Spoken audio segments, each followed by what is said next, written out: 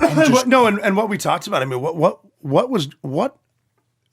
I think the respect isn't given to the people at Windows on the World. It was 2,500 degrees Fahrenheit. You see people trying to use tablecloths as a parachute. People holding hands, jumping together. I don't want to die alone. Do they know each other? Did they just meet? They're going to kill it. Like, what the fuck was going on inside? That's why we went, for sure. And I wanted. There was no way in hell I was going to live the rest of my life with that regret of not going. I'm going to go. I'm going. This is how it's going to end. I have to. I must go. And what's the mood at the base that you're at when it was just serious, all serious. Like just shock or like? Oh well, no, when 9/11 happened, or when we went for Bin Laden. Yeah, like when you guys went over for Bin Laden, everybody just. Oh no, it was complete. Well, we were professionals, and we'd done it so many times. I mean, the only difference between that mission and a mission in Ramadi or Bakuba, Iraq, was instead of handshakes, we gave each other hugs, and literally just said, "Have a good fight." This is it. I mean, this is it. And these are your best friends. Yeah, I mean, you my guys best friends, 23 of the best people. Still talk to them till this day? I talk to most of them. Some of them are still going, and it's a freight train that kept moving. But it's like seriously, you take a piss, you smoke a cigarette, you give each other a hug, and here, have a good fight. Have a good fight. Yeah, but the thing of it, when he's climbing the bird, just going back a couple paragraphs, I said to him, I wish I could go with you. And he says, I'm with some really good guys. And what he was telling me is, it's a one-way mission. This is it. We're going to die. It's over. And then if you... Well, the thing, too, is because you went to Walmart. Oh, no, yeah. he did. I was. So I'm sitting happy shopping, Dad. Yeah. Seriously, so he's in Walmart, can't move. I'm flying to Bin Laden's house in Abbottabad, Pakistan. He's in aisle 6 of the frozen section. I'm in my Ford... Whatever the hell, yeah. Ford Ranger truck. Yeah. You don't, and by the way, you don't need to say which vehicle because we're not sponsored yet. So it could have been any. It could have been any truck. The O'Neill limited edition. And then, how did you hear after the mission's complete? How did you get the news? Well, the thing is, we had Bin Laden's body, and we're at Bagram Airfield, and the FBI is doing DNA tests on him. We have a TV set up.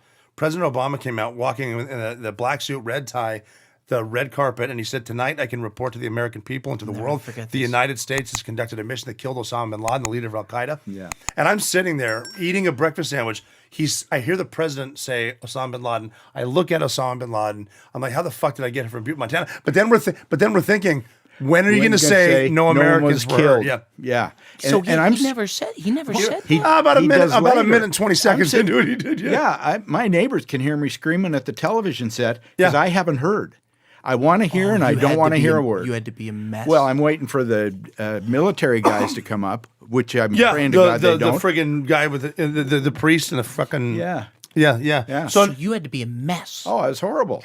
Yeah, but I mean, even we're writing the notes to our buddies. Like, so the 23 guys that were there, we wrote letters to everyone, individual letters to my dad, my daughters, my mom, my sister, my brother, my sister, and but you can't give these letters to your buddies, because they're going to die with you. So you got to find someone that doesn't know what the fuck you're doing. A manila envelope and a hand. I said, hey, look, here's inside of this.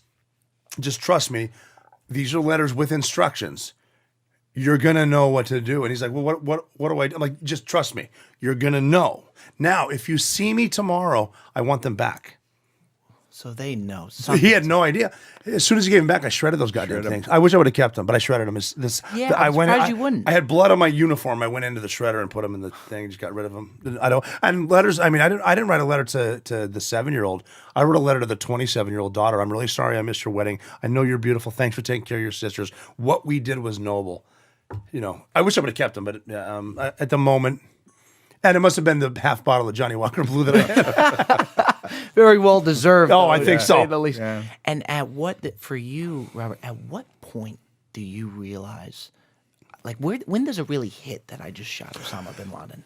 It hit me when after I shot him, because bin Laden was pushing his wife toward me, and I'm 3 feet away from him, and I'm looking him in the eyes. That's his nose. That's him. He's not surrendering. He's a threat. Okay. I got to kill him.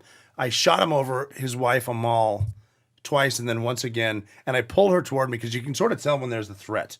And she wasn't a threat, so I pulled her. And as I'm moving her, you can see it on the internet. You can see where I killed him by the foot of his bed, the blood from his head. I can hear him taking his last breath, smoke coming out of his head where I just shot him. And his 2-year-old son is standing there. And I remember looking at this kid as a father thinking, this poor kid's got nothing to do with this. So I picked him up I pushed her on the bed. I put her son on top of her, and I turned around, and other Navy SEALs are coming in. I'm the only guy in the room, other than Bin Laden, and I see Navy SEALs doing what I call Navy SEAL shit. They're clearing the room, and I'm standing there, and one of my guys comes up to me, a Navy SEAL, so obviously very good looking, and he comes up to me and he goes, he looks at me and he goes, "Are you good?" And I said, "No." I said, "No."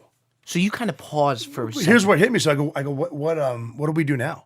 And he said, now we find the computers. Like, we do this every night. Hundreds of times we've done this. Right. And I said, yeah, you're right. I'm back. Holy shit. And here's how cool my guys are. He goes, yeah, you just killed Osama bin Laden. Your life just changed. Let's get to fucking work. I'm like, that's it? That's it?